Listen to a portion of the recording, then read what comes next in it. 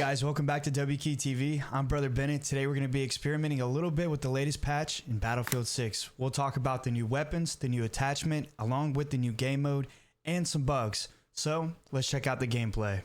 For the weapon unlocks, we get 2 weapons with the California Resistance update. Those weapons are a shotgun and the pistol. Now, the shotgun being the DB TAC-12 and the pistol being the M357 trait. The shotgun is a 2-shot, then pump, and the M37 is like a weaker M44 in my opinion. But the shotgun definitely reminds me of something like a Kel-Tec, which is pretty cool.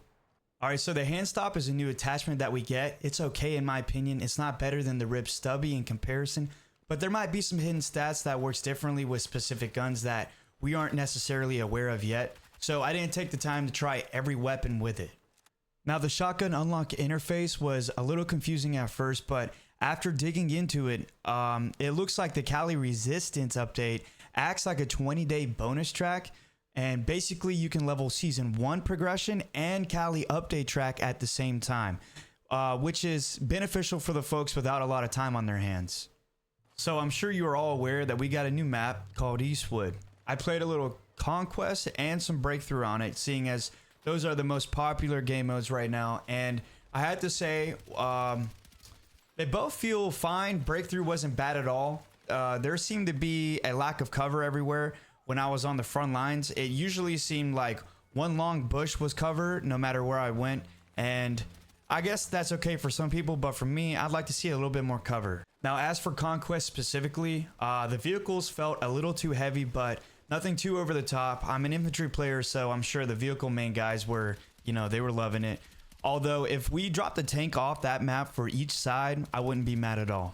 The new game mode, Sabotage, it was pretty neat. I will always be a fan of the Conquest or Breakthrough, but this game mode assigns an attacking team and a defending team with the ticket count. In a defending team, you have a series of equipment on the map that you have to defend. Otherwise, the enemy team can attack, and I believe if they are just standing in the zone of it standing in the zone of it causes the destruction of the equipment. Therefore, the match will end. So first, there's a training grounds bug where the targets flip down when you're facing them, and they flip up when you turn away. I'm not exactly sure what triggers it, but it definitely happens now, and from what I remember, it never used to happen. Alright, so I've also noticed that defibrillators feel less effective than before, so it takes like 2 or 3 times to actually revive someone, and the charge up sound is still missing in most revive situations, which for me, it makes the whole revive process feel a little bit off. Okay, so moving on to recoil. Some of the recoil patterns definitely feel different. They're still not predictable, and controlling recoil feels mostly the same as before the patch, but there is definitely the slightest of changes there. Now, as for hit registration, the only fix listed was about hit reg failing after jumping out of vehicles. So personally, I haven't even seen any major issues with infantry hit reg so far, which makes me think they made some silent changes since we don't notice anything in the patches yet. Alright, so smoke grenades are still a little buggy. Sometimes you hear the full smoke sound, but visually nothing pops out of the actual smoke grenade. So hopefully that gets fixed in the future as well. Dying behind corners, that also still happens, so unfortunately that issue continues.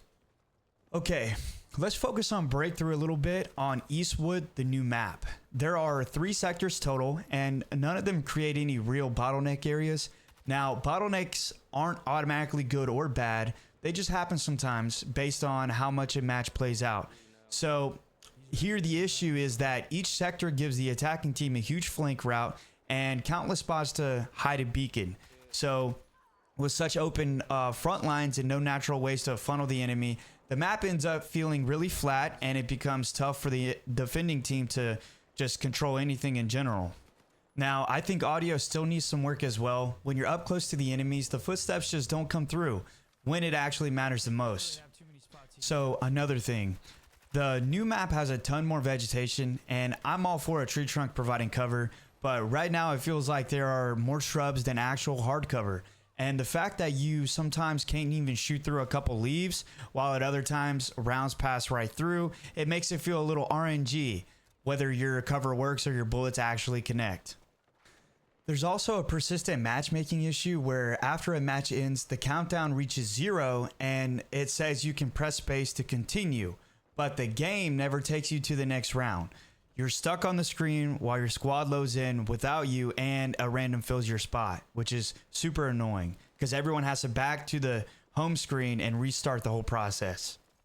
And finally, I've been running into a vehicle exit bug where the gunner's optic overlay stays stuck on your screen and you're in first person, so sometimes your view even goes blurry, almost like you're permanently ADS with some weird FOV distortion around the rim of your scope or your hands.